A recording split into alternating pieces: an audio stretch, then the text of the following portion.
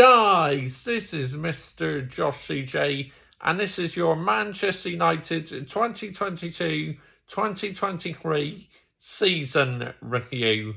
So right, Manchester United, as you know, at the start of the season, had an absolute horrific start to the season. Honestly, it was just like rinse and repeat of the 2021-2022 season, the first two games. And the new season, the 2-1 defeat to Brighton at Old Trafford, and then the 4-0 hammering at Brentford. Oh my goodness me. It was such a horrific, poor start.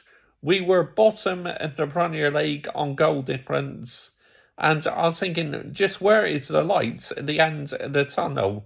And then after that, we beat Liverpool 2-1.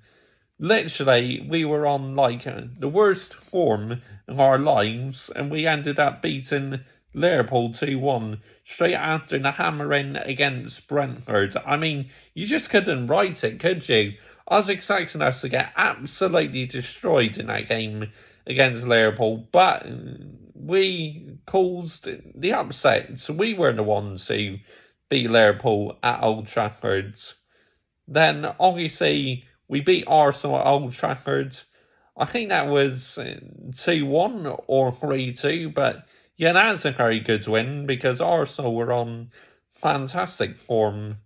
Obviously, we lost 6-3 to Manchester City at the Etihad Stadium, which that was not great. We didn't really show any fight in that game. And City, they didn't even need to get out of second gear because we were crap in that game. You know, we got outwitted by Pep Guardiola. He completely outdone Erik ten Hag. And obviously, the return match at Old Trafford, we won 2-1. We went behind, and then obviously Marcus Rashford scored the winner, which was absolutely fantastic, honestly. Winning 2-1 at Old Trafford against Manchester City. And then obviously when we played Liverpool again, we got absolutely destroyed. It's 7-0 at Anfield. I mean, oh my goodness me, that was so humiliating at the highest level. Total humiliation. I thought the Brentford's game was bad, but obviously that eclipsed it. That was shocking, going to Anfield, getting beat 7-0. And Liverpool weren't even on the best of form back then, which made it hurt even more that they should up their game while playing us. Well, they were absolutely dog shit most of the season, but then obviously near the end of the season they went on a good run, Liverpool, but it was too late for them to get top four. But Manchester United, you know, I say this season, after such a horrific start, progress, because we secured top four and won, obviously, the Carabao Cup after beating Newcastle United 2-0, which was absolutely fantastic. Not so great today for my second team, Newcastle, but for Manchester United to win the Carabao Cup in Erik ten Hag's first season is absolutely fantastic. So the season rating for me, I'm going to give it a 7 out of 10. Obviously, I have to mark it down a little bit because the hammering against Brentford and Liverpool, which was absolutely unforgivable. It really was. But most of the season has been really decent. You know, player of the season for me by a country mile is Marcus Rashford. I mean, I know he went off the boil a bit towards the end of the season, but to me, he's performed way above expectation this year. Yep, so all the goals he scored, he's been fantastic. Bruno's been decent as well. Of course, he showed Cristiano Ronaldo the door back in January after that interview he did to Piers Morgan, talking about Erik ten Hag and that. Of course, I was on Cristiano Ronaldo's side, but now it made me realise that we absolutely did the right thing letting Ronaldo go, because look at what's happened. We've improved as a team, and obviously Bruno Fernandes looks much more happier as well since Ronaldo's departed. And also bringing in Martinez and Varane's partnership has been a mega boost this season. Lindelof and Maguire together were an absolute disaster. So to bring in Martinez and Varane as partners, absolutely major boost. That's why De Gea was able to keep more clean sheets this season. But De Gea, obviously, he's made quite a lot of errors this year, so that's the concerning thing for me. But he still won the Golden Glove because how good Martinez and Varane have been at the back. I mean, Jadon Sancho, to me, he needs to improve massively. It's as simple as that. Because it may be time to cash in on him if he cannot set the Manchester United standards.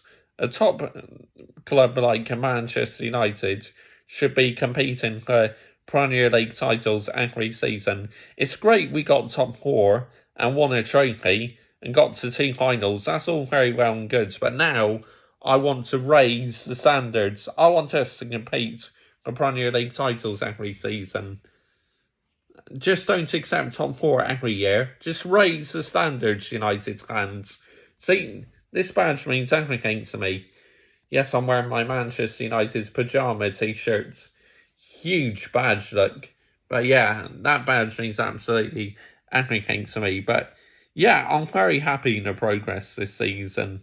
But honestly, starting the season, I was so worried that I was thinking, nope, we're not going to get top 4. But we did get top 4, but I think we had a helping hands this year, how shit Liverpool been most of the season and how shit Chelsea have been most of the season. But yeah, a few more signings, I reckon, with a bigger squad depth, we could give Man City a good run for their money. But obviously, we need owners who care about the club, who's willing to put money into the squad and money into the stadium and the training ground.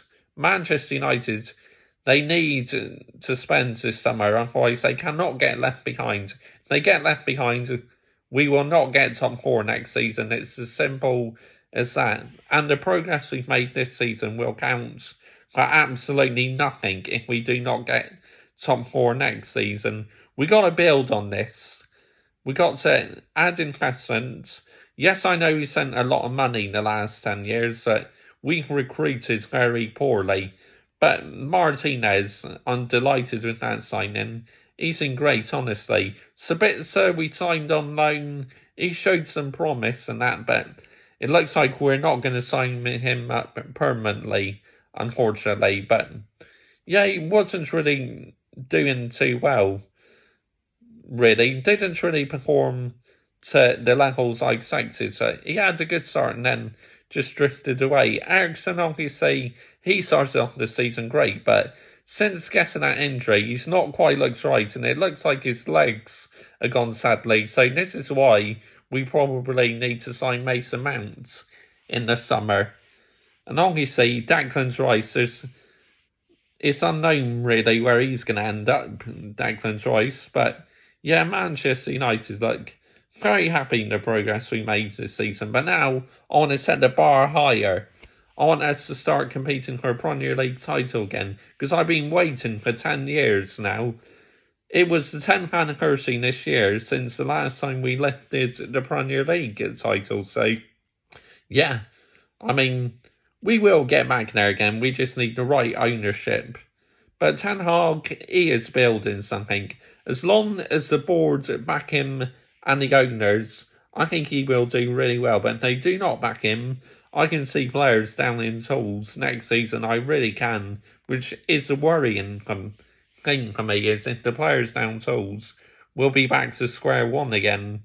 So, yeah, I mean, we just got to carry on backing Erik Ten Hag. And let's see what happens next season. But anyway, comment your thoughts down below. I will always reply. And let me know down below in the comments who your player in the season is. Worst player in this season. To me, I gotta say, worst players this season are probably Anthony Elanga and Jadon Sancho.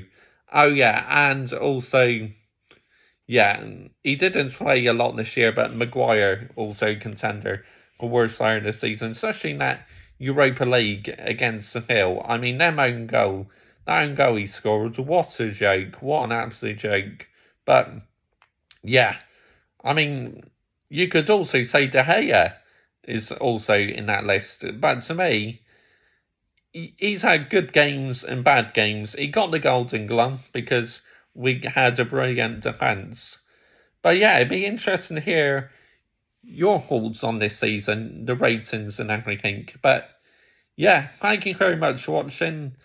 I will try my best to continue Manchester United videos during the off-season if I hear any transfer rumours and that.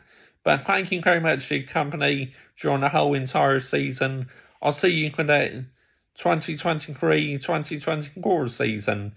Like I said, the Manchester United videos will continue on this channel. If you want to catch other football content on my football channel, you can do. I'll link that in the description down below. Thank you very much for all your support this season. And yeah, look forward to bringing you more Manchester United videos during the 2023-2024 season. Bye-bye.